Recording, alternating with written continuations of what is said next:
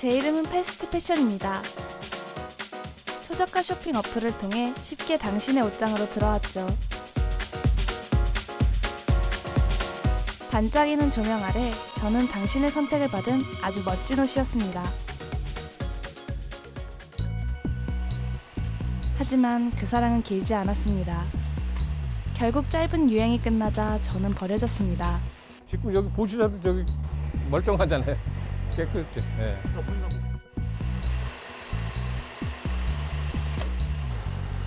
어두운 헌옷 수거함을 거쳐 도착한 곳은 거대한 옷들의 무덤이었습니다. 그곳에서 저는 이름도 모를 친구들과 함께 배에 실렸습니다. 동남아로 많이 나가고요. 그 다음에 아프리카, 그리고 이제 약간의 중동 지역. 새로운 주인을 만날 수 있을 거란 희망도 잠시. 저와 같은 옷들이 너무 많았던 탓일까요? 그곳에서도 환영받지 못한 채 그대로 땅에 묻혔습니다. 문제는 제가 쉽게 사라지지 않는다는 겁니다. 제 몸을 이루는 합성 섬유는 완전히 분해되기까지 100년이 넘게 걸리거든요. 쉽게 구매되고 쉽게 버려진 옷은 썩지도 않은 채 수백 년간 이 땅에 남게 됩니다.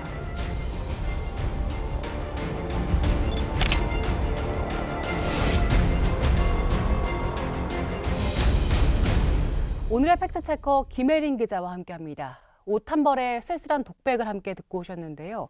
김 기자, 우리가 의류 수거함에 넣는 옷들이 해외로 수출되기까지 모두 이런 과정을 거치는 겁니까? 많은 분들이 헌옷을 수거함에 넣으면 당연히 재활용될 거라고 생각하지만 저희가 추적한 현실은 그 기대와는 조금 거리가 멀었습니다. 팩트 추적팀은 옷이 얼마나 쉽게 소비되고 버려지는지, 그리고 그 옷들이 어떤 여정을 거치게 되는지 직접 따라가 봤습니다.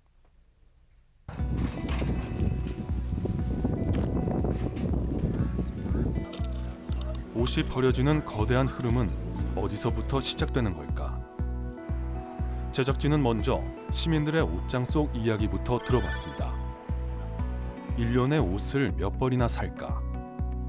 가장 많은 스티커가 향한 곳은 11벌에서 20벌 사이. 계절당 2벌에서 5벌 사이의 옷을 구매하는 셈입니다. 빠르게 변하는 유행을 놓치고 싶지 않은 마음을 엿볼 수 있습니다. 그냥 쉽게 질려가지고 그냥 그날그날 이쁜 거 다 사는 것 같아요. 요즘 유행이 좀 빨리 도는 것 같긴 해요. 브랜드 같은 게. 제가 입는 옷에 비해서 사는 옷이 많은 것 같아서 좀 줄이려고 하고 있어요. 그래도 유행 있으면 한두 개 정도는 사려고 하는 편인 것 같아요. 시즌마다 바뀌는 색깔과 디자인을 좇는 사이 옷장엔 금세 옷이 쌓입니다. 이렇게 옷을 사는 데 쓴 돈, 지난해에만 69조 원에 달합니다. 문제는 이 옷들의 쓰임새입니다.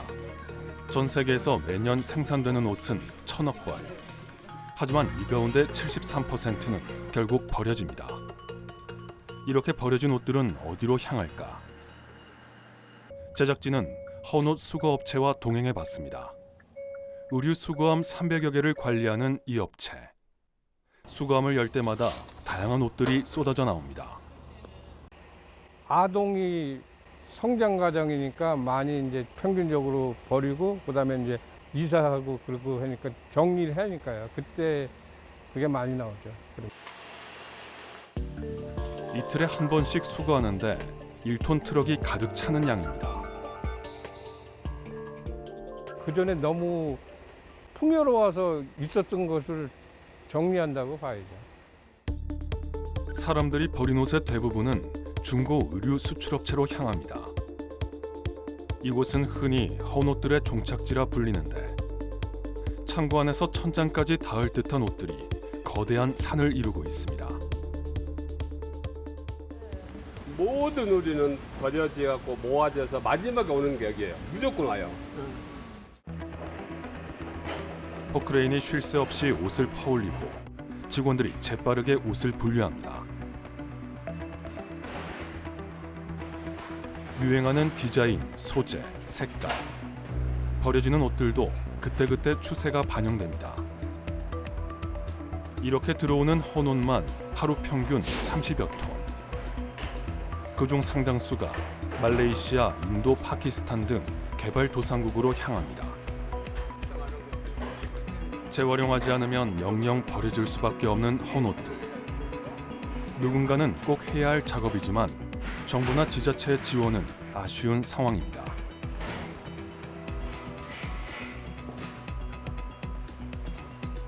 분리한 뒤 폐기하기로 한 헌옷들의 소각 비용도 업체가 부담하기 때문입니다.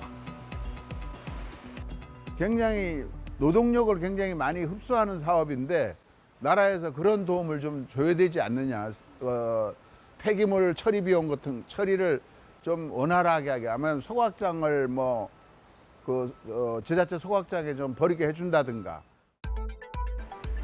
또 업계 관련자들은 정부의 재활용 지원금 제도도 아쉽다고 평가합니다.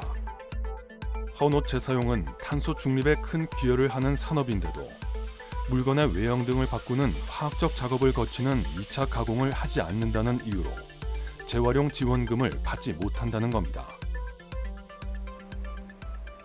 이 의류를 버리면 생활 폐기물이고 여기 공장에 들어오면 산업 폐기물이에요.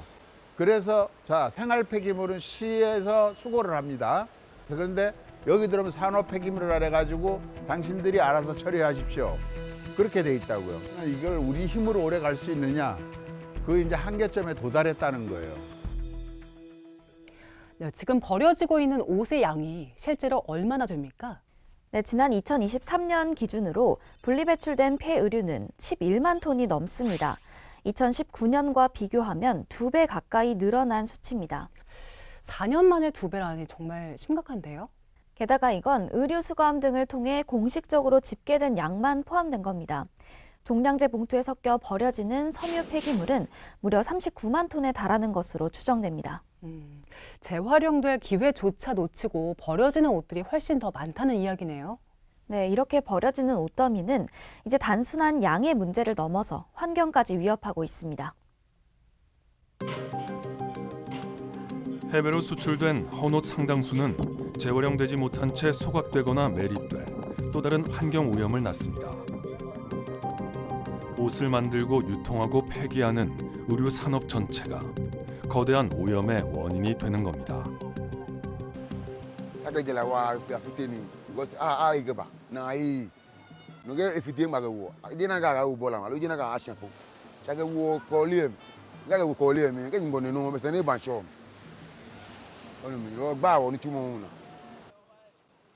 별도의 시설도 아니고 그냥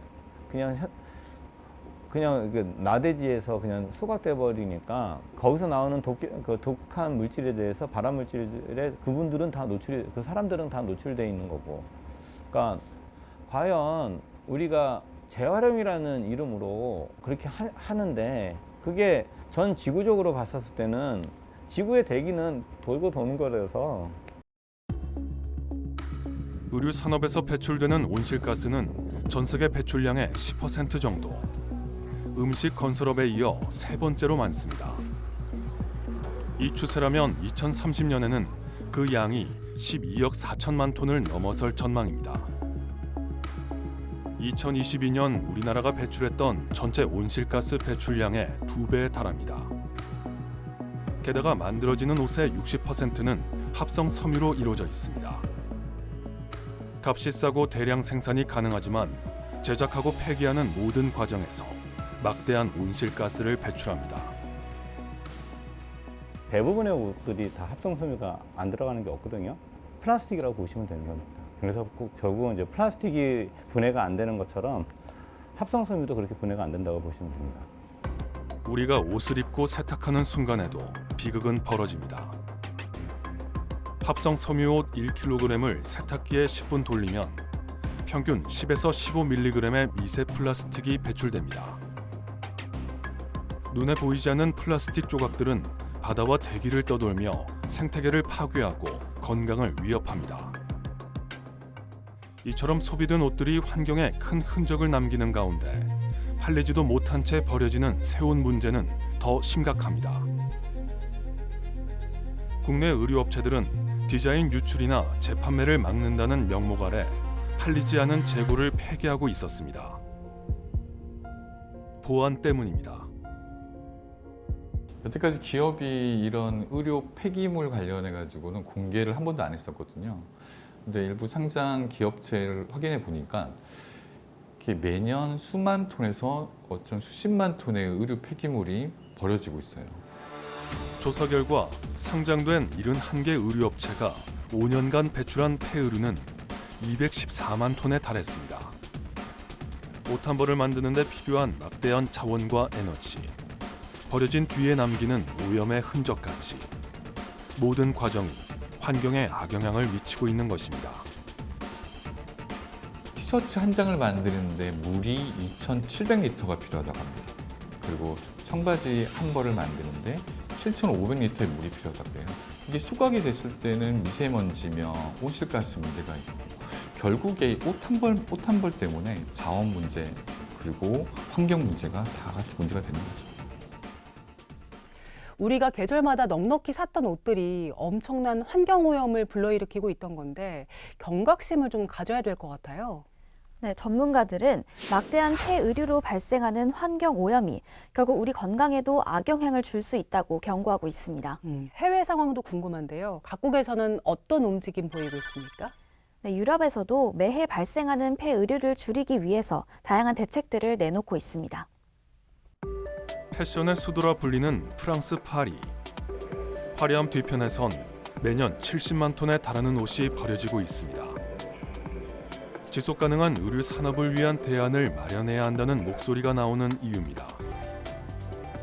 프랑스는 지난 2023년 11월부터 폐의류를 줄이기 위해 옷 수선비를 지원하는 정책을 시행했습니다.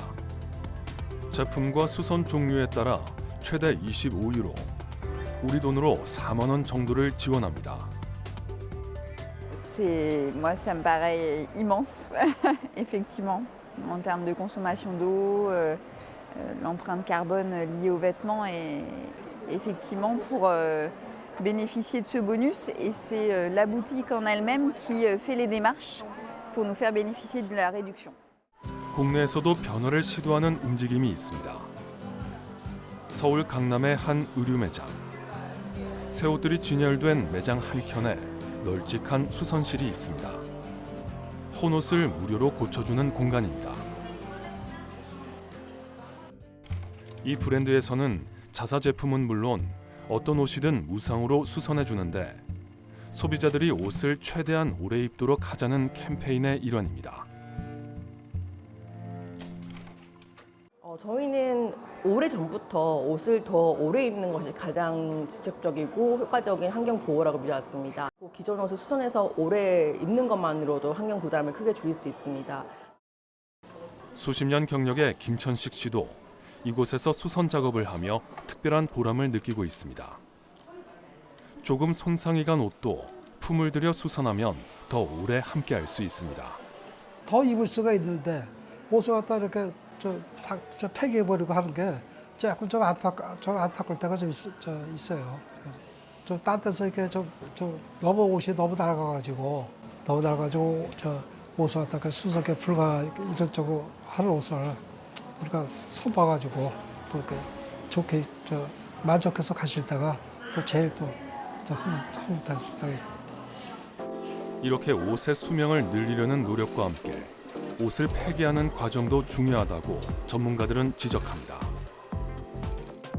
해외에서는 의류에 대한 생산자 책임 재활용 제도가 활성화돼 있습니다. 제품 생산부터 폐기까지 전 과정에서 발생하는 환경 부담을 생산자가 책임지고 헌옷의 재활용도 의무적으로 이행하도록 하는 겁니다. 이미 프랑스와 네덜란드, 헝가리 등에서 시행되고 있는데 국내에도 도입해야 한다는 목소리가 높습니다. 생산자들이 물건을 파는 것에서 책임이 끝나는 것이 아니라 소비 후에 폐기되는 것까지도 어떻게 재활용할 것인가에 대한 책임을 져야 된다라고 하는 거거든요. 지금은 기밀로 취급되고 있는 의류 재고 관련 정보 역시 투명하게 공개할 필요가 있다는 지적도 나옵니다. 처리업체들하고 비밀 유지각 쓰거든요. 소각업체들이 저 의류 회사의 재고를 저희가 몇 톤 소각했습니다. 이거 밝히면 안 돼요. 그러니까 깜깜이거든요. 그래서 이 부분과 관련 결국 폐유류를 줄이기 위해서는 생산부터 폐기까지 모든 과정을 정부가 투명하게 관리 감독하고 의류 생산자들의 책임을 새롭게 규정해야 합니다. 재고 오류가 얼마만큼 발생했고 이걸 어떻게 처리했는지에 대해서 정부에 매년 보고를 해라. 그리고 규모가 있는 업체들은 이거는 소각이나 매립을 하면 안 된다. 이런 식의 일단 재고 오류에 대한 생산자들의 책임들을 규정하는 것도 지금 시점에서는 필요할 거라고 생각합니다. 네, 팔리지 않은 새 옷까지 이렇게 대량으로 소각되고 있는 걸 보니 충격적인데요. 우리가 입는 옷 한 벌이 주거에 이렇게 큰 짐이 되고 있는 줄은 몰랐습니다. 자, 이 거대한 폐기물의 흐름을 끊어낼 방법을 이제는 찾아야 될 것 같습니다. 네, 더는 방치할 수 없는 문제입니다. 다행히도 패션 산업의 어두운 이면을 해결하기 위한 의미 있는 시도들이 시작되고 있습니다. 충북 진천군에 있는 아담한 주택. 평범한 집처럼 보이지만 버려진 옷 12,000벌로 만든 집입니다. 계단과 단열재는 물론 지붕까지 주택의 거의 모든 부분을 섬유 패널로 만들었습니다. 이제 저희가 직조 과정처럼 매트리스처럼 이렇게 쫙 풀어가지고 이렇게 층층이 쌓아서 이제 만들어주는 과정이 있고요. 규격화된 크기가 되면 이제 고온 압축으로 해서 프레스가 되고 있습니다. 옷의 섬유를 재가공해 내구성 좋은 건축 자재로 환골 탈퇴했습니다.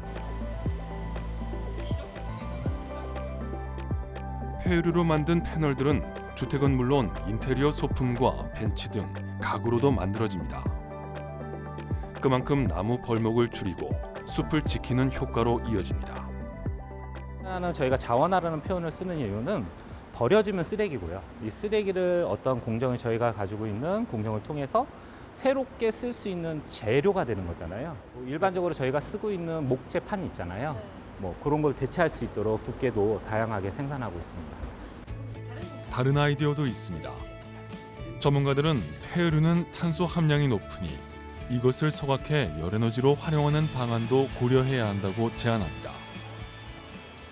소각하는 과정에서도 열이 나오는데 그 열 자체를 우리가 또 회수를 하면 되거든요. 그 보일러 형태로 해가지고 열을 해서 주변에 공급할 수도 있고 또 그 열을 이용해서 우리가 발전도 할 수 있는 거고.